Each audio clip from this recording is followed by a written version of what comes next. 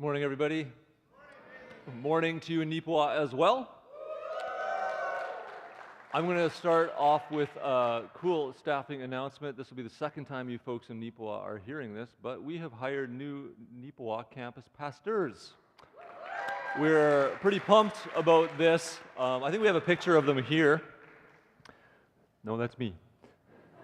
There we go. That is not me. That's Rylan and Sonia Friesen. They're currently at Westgate Alliance Church in Saskatoon. And you heard me say co-pastors. They are both going to be working there full-time. Rylan having more of a pastoral focus, tending to people's pastoral needs, care, building house churches. And Sonia is going to be with Jacob leading our worship teams and with Tamara leading kids ministry. So we're pretty excited about that because that can take a long time. Stafford told me he was resigning about 3 months ago, and we had a few things in the works that fell through, and so we were really prepared to wait as long as it took to have the right people come along.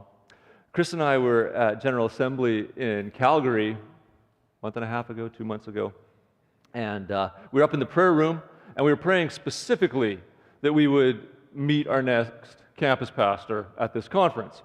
And getting even more specific, these sort of, I was going to call them Hail Mary prayers, but that's a different prayer. But you know, like the football throw, you're not really sure if it's going to get caught, is what I'm saying. And our specific prayer was that the next person that would engage with us would be somebody that would be our campus pastor. And we're trying to force this, right? A guy will walk by on his lanyard, it'll say, Stephen. And so we're going, Stephen! Hoping that Stephen will come and solve this problem for us. We're sitting in these chairs, kind of feeling defeated, slumped, really terrible posture, and Rylan comes by, and Chris says, what do you think of the name Rylan? Just reads his lanyard. I go, that's a stupid name. and then I perk up, Rylan! I remember this guy from a different event we were at, and we had been in a prayer session together that was along the lines of our Soul Search series. We had done some deliverance prayer together, and I thought, I know Rylan, and Rylan came over, and he didn't know he was getting interviewed, but he was wondering why this person was so nosy asking these questions, and then at the end I just said, here's why. We were praying this, you came along, and I want to see if there's anything there. He said, no, I don't think so. We just bought a house, we both got jobs. He goes back to his hotel and tells his wife Sonia about this strange thing that's happened with two people from Prairie Alliance Church. And she goes, oh, like West Park School, Prairie Alliance Church? Because I'm always on their website. I love what God is doing among the kids there. And in my own ministry, I want to learn about how to teach these kids the spiritual gifts and the disciplines, learn how to soak and pray and this sort of thing. You should pay attention to these guys. So the next day, Rylan comes back, says, by the way, that thing that we were talking about yesterday, there might be more to it. Then we meet her, and you're going to love them as much as you see them here in Nipawin. September 9th was their first day, and we're super excited about how that's working out. If you know of any rental properties in Nipawin, because it's tough to find there, let Chris or myself know.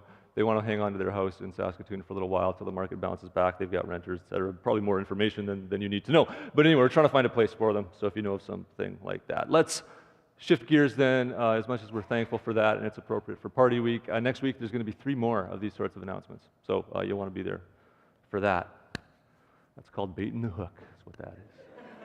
All right, we're in the middle of this series, 4 Loves, which comes out of our 4 prayers, understanding that until what you're praying for captures your heart, it's going to be an empty prayer. Now, prayer is a way to change your heart, but for our 4 prayers, being a community where there is one-touch healing that happens, physical, emotional, spiritual, being a community that is made up of 1/3 First Nations people here in Portage, and in Nipawin the demographics different, but our congregation in the building looking like the town's demographic. Being a community that, our church community that has a bunch of churches like Nipawin spread out all over the place, and one of our announcements next week is along those lines. And then finally, for us to be an award-winning town. These 4 prayers were revealed and discerned by our board for a series of time, and now we're moving through them together. And here's why.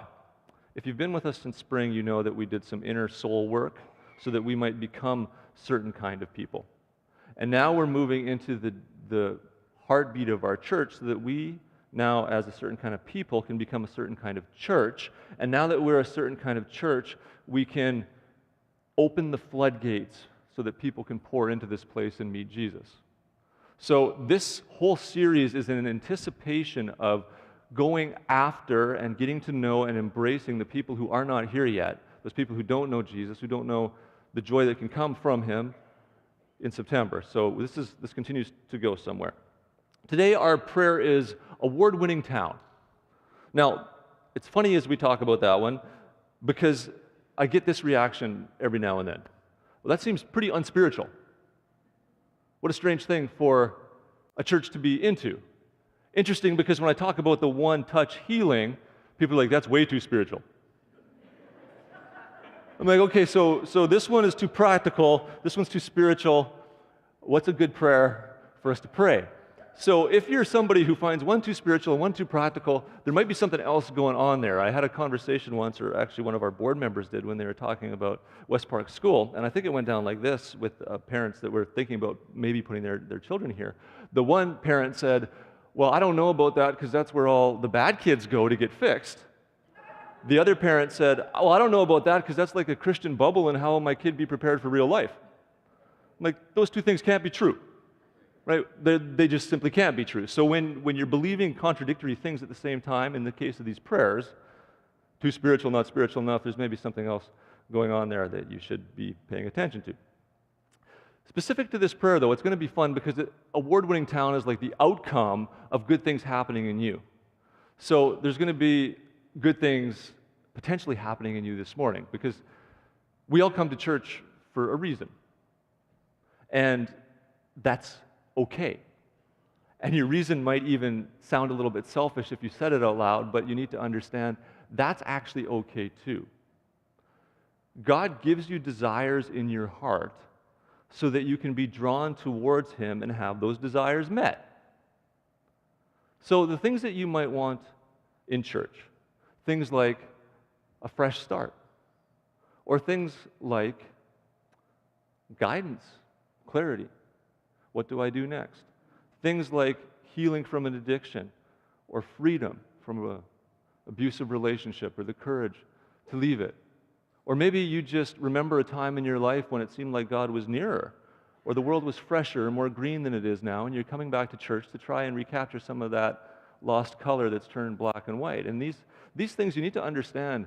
This desire that you have for flourishing is not a selfish desire. That's put there by God himself so that you might move towards him and have those things happen for you. The problem is we sit at that intersection and go, here's the things that I want for myself. And they are out there for you to get and to receive. But we take the wrong fork in the road. And the very things that we do to try and get that stuff are the things that actually keep it away from us. But those things themselves aren't bad. So if you desire flourishing or freedom or power or influence or the ability to transform the world around you or to not be scared all the time or whatever it might be for you that's driving you here this morning, that's actually really good. That's put there by God so that you might move towards him. But we have to make sure that we make the choice to turn towards him. Award-winning town fits in there because I'm going to say that between the intersection where you are right now and the things that you want, on that path is going to be some things that have to do with an award-winning town. Now, award-winning town is a byproduct of this many Christians living for the good of the town. One of the images that Jesus uses is of yeast in a loaf. If you've ever made bread, you know this is lots of yeast comparative to the loaf in this room versus the population of our town. You put a little bit in and it changes the whole loaf. Jesus says that's what Christians are supposed to be. So let's move towards that, understanding that we're not just talking about award-winning town. That's a byproduct in a weird, beautiful, God-ordained way of you getting what your heart desires. Okay? We're going to use Isaiah 58 to help guide us through there. Isaiah the prophet, he's getting to being more mellow and happy towards the end of Isaiah, so you'll be happy we're in chapter 58, but he's still got a little bit of fire in him. So he starts off getting people's attention, speaking for God. So you'll see in this phrase, it's got eternal one, that's God is speaking. God says, Tell my people about their wrongdoing. Shout with a voice like a trumpet. Hold nothing back. Say, this people of Jacob's line and heritage have failed to do what's right. So he's got their attention, and it's not going to maybe be the most fun conversation they've ever had. And yet they look for me every day.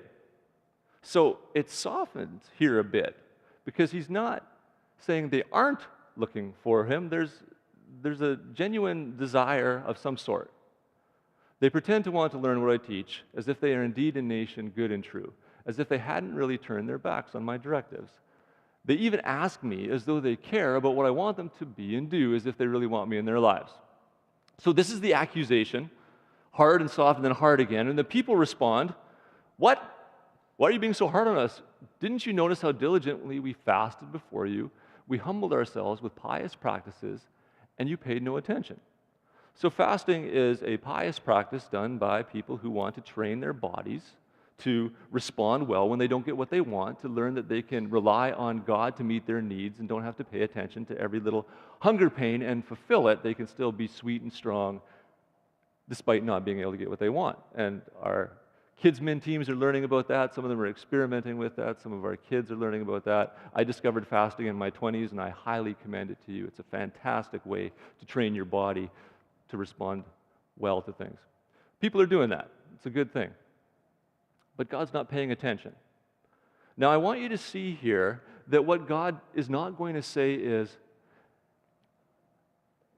don't expect me to pay attention, or I don't work that way. It's not like we fast and then God does something.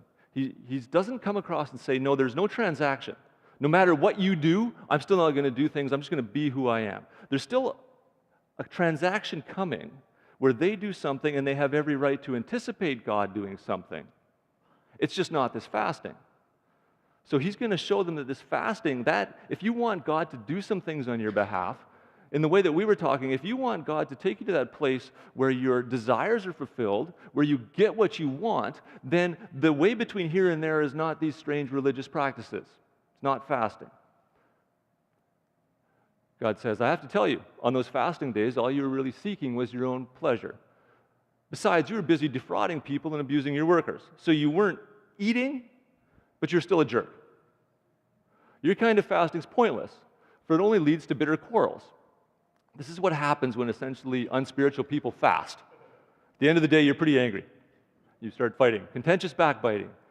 Vicious fighting. You're not fasting today because you want me to hear your voice. What kind of fasting do I choose?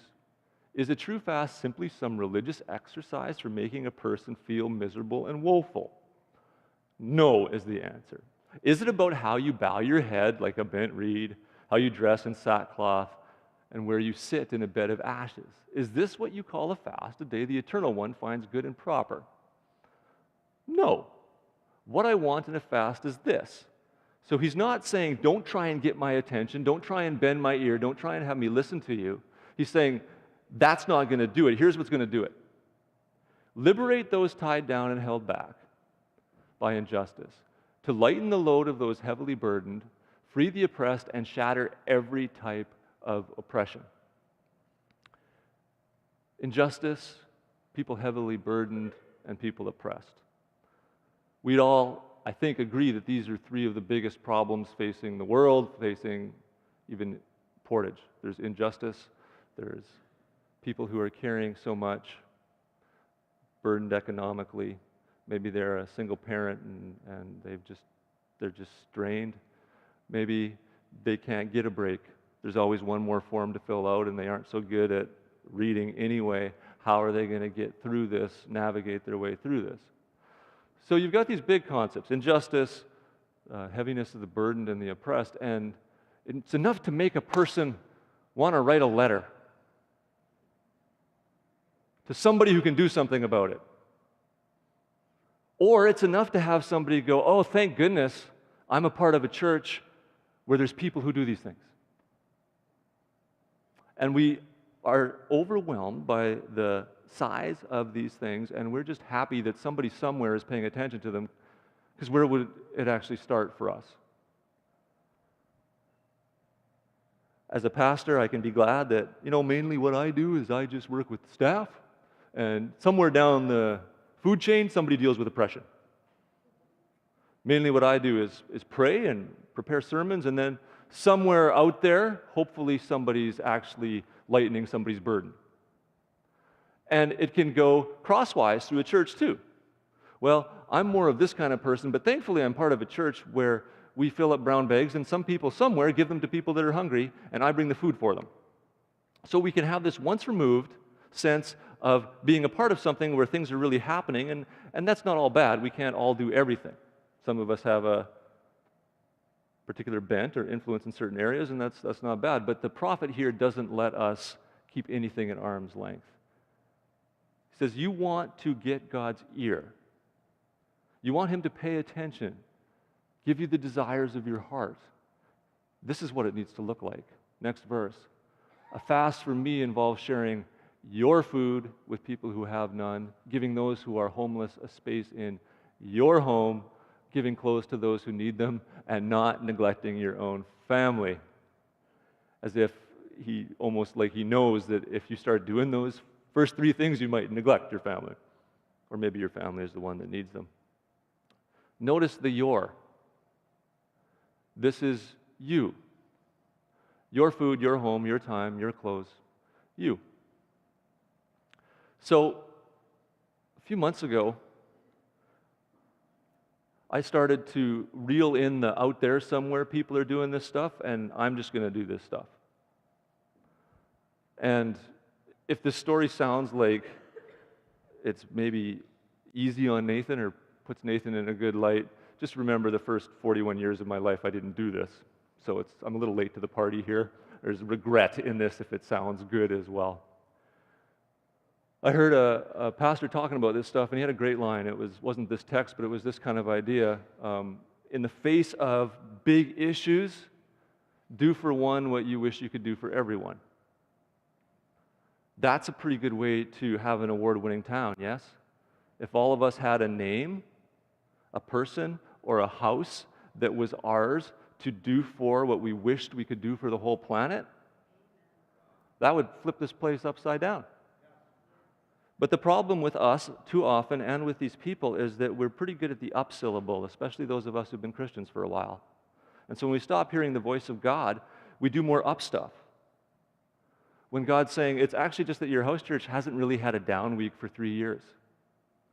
You want to hear my voice, do something on down week instead of have another Bible study. Anyway, myself, a few months ago, there's this kid that I got to know. And his dad's not in the picture. And his mom died. He's got 3 siblings, and they're all being raised by their half-sister. Pretty disadvantaged place to be. And man, needs help to graduate, needs help to buy a suit, needs help filling out an application to get a job, needs help to run the gauntlet at MPI. Those 3 women that seem so crusty on the outside have become 3 of my best friends in the last 3 months. I actually can phone the front desk without the rigmarole. Oh, it just goes on. And as I'm looking at the guy's life going, yeah, boy, I sure need this stuff. Oh, Jesus, send somebody. No, do for one what you wish you could do for everyone. So I don't want to add up the hours, and I don't want to add up the money necessarily, but it's been considerable. It's taken me away from some other things. Now, I say that because if you're going to add one more thing to an already busy life, you better know that it's going to pay off, yes? And so many of us, in a weird spiritual way, have built this bubble around ourselves to protect ourselves. So at some point in our lives, things felt out of control. We realized we couldn't say no. We had to learn this stuff. And so we got the skills to put boundaries in place that keep us sane and productive. But I want to suggest to you that bubble maybe in that season was something necessary, but that bubble that you've built to protect yourself might actually be the things that are keeping joy away from you. Joy is trying to come, and it's hitting your bubble, and it's crashing. That maybe what God wants to do is not have you reinforce your margins or your boundaries or your safe little comfort zone, but take you out on the threshold where He can meet you, where you are almost out of control, and so He needs to show up and do something. And in that, He builds your capacity and increases your joy. So maybe you are managing so much money and so many hundreds of people and so much stuff going on in your life that you're a prime candidate for burnout. And if that's you, or if, I mean, it could be smaller. If that's you, then don't let this burden you. But if every time you've heard a sermon like this, you've tuned out because you've gone, I can't do one more thing, then you tune in. Because you've got a bubble around yourself, and until that bubble breaks, you cannot grow. Here's how I know, because of what happens next. The prophet doesn't say, and then when you do one more thing, and then if you start to care, if you bring somebody into your home, if you feed them, then the crushing weight of that is going to just grind you into a pulp and you'll be miserable. Look what he says. Then you start inching towards what your heart actually desires. Then, see, you're at the fork in the road and you think it's bubble that is where the joy is. It's actually the other way. Then, oh then, your light will break out like the warm golden rays of a rising sun. You get a new beginning. You get a fresh start. In an instant, you will be healed. The award-winning town and the one-touch healing in the same chapter. Your rightness will precede and protect you. You want safety? The glory of the eternal, God Himself, is going to defend you and your reputation. That's why you built the bubble. You want it to be safe. You want it to be protected. But you're finding it takes more energy and stress to keep that bubble in place.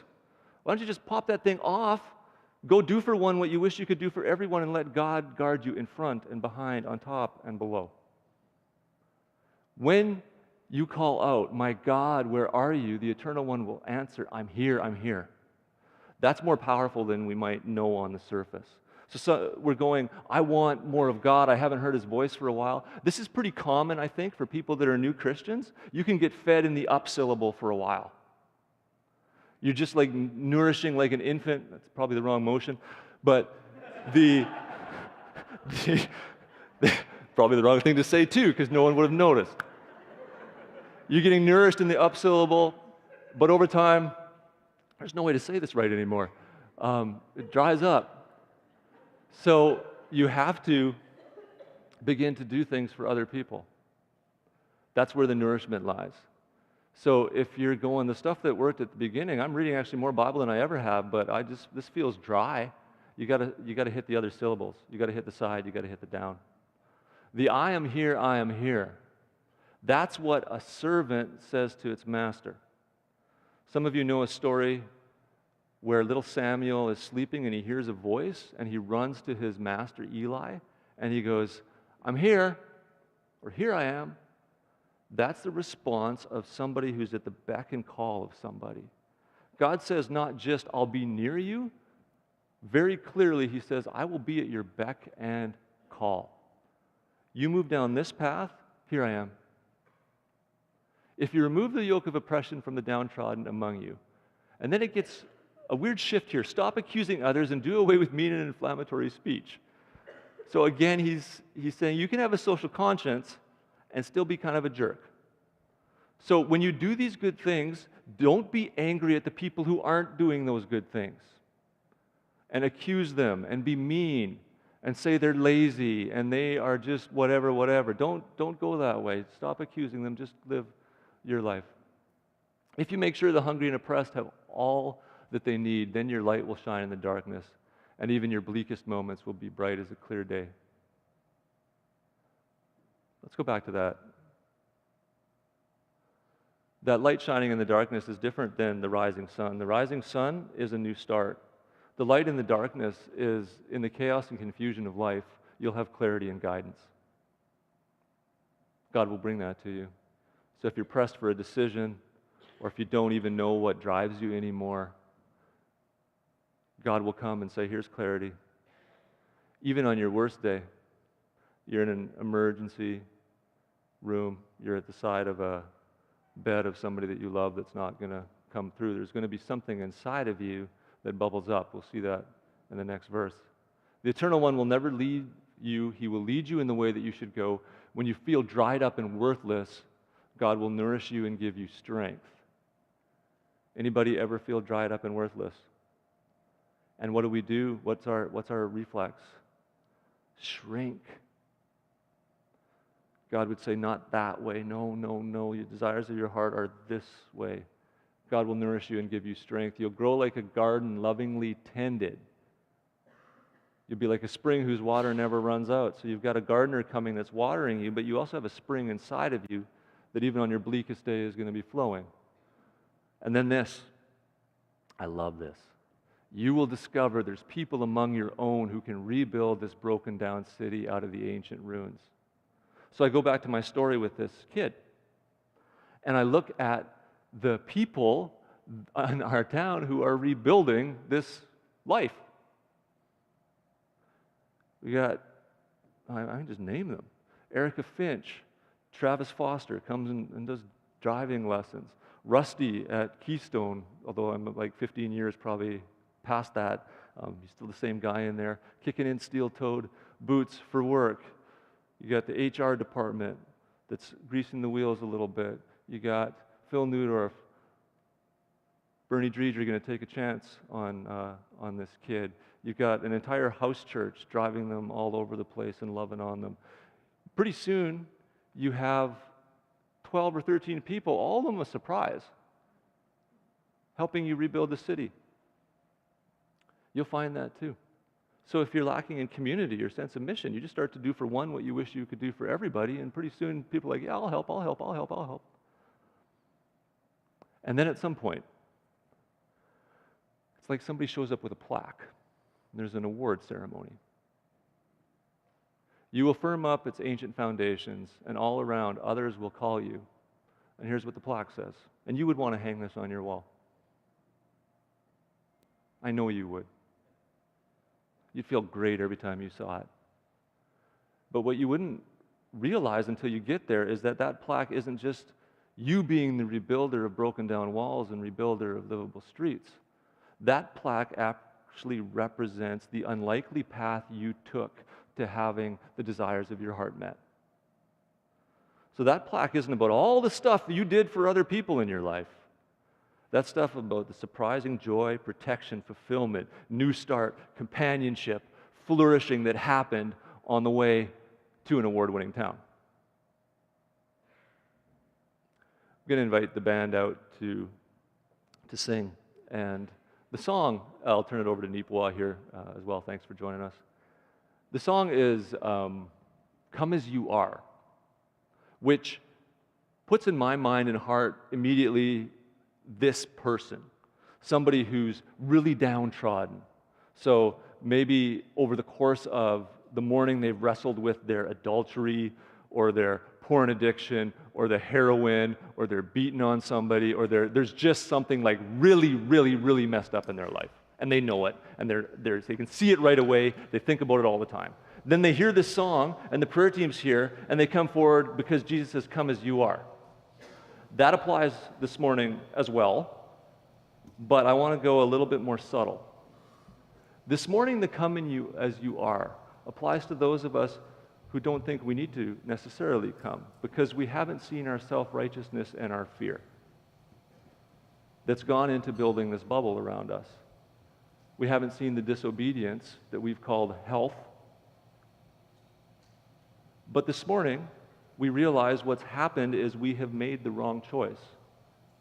God gives us these desires in our heart, and every day we get to choose which path am I going to take to get them. And many of us taken the wrong one. And this morning is your opportunity to repent of that. So those are the people that need to have this song rock them a little bit. The ones who know, if they think about it, how scared they are of losing control. The ones who say no to helping others more than they say yes. The ones who have more money in the bank than they would spend in a lifetime. In the name of safety, fear, safety, responsibility, all those things that God's put in your heart to give you, for you to desire, you've just gone down the wrong path. So why don't you stand and let's sing the song together. But that's who it's for this morning.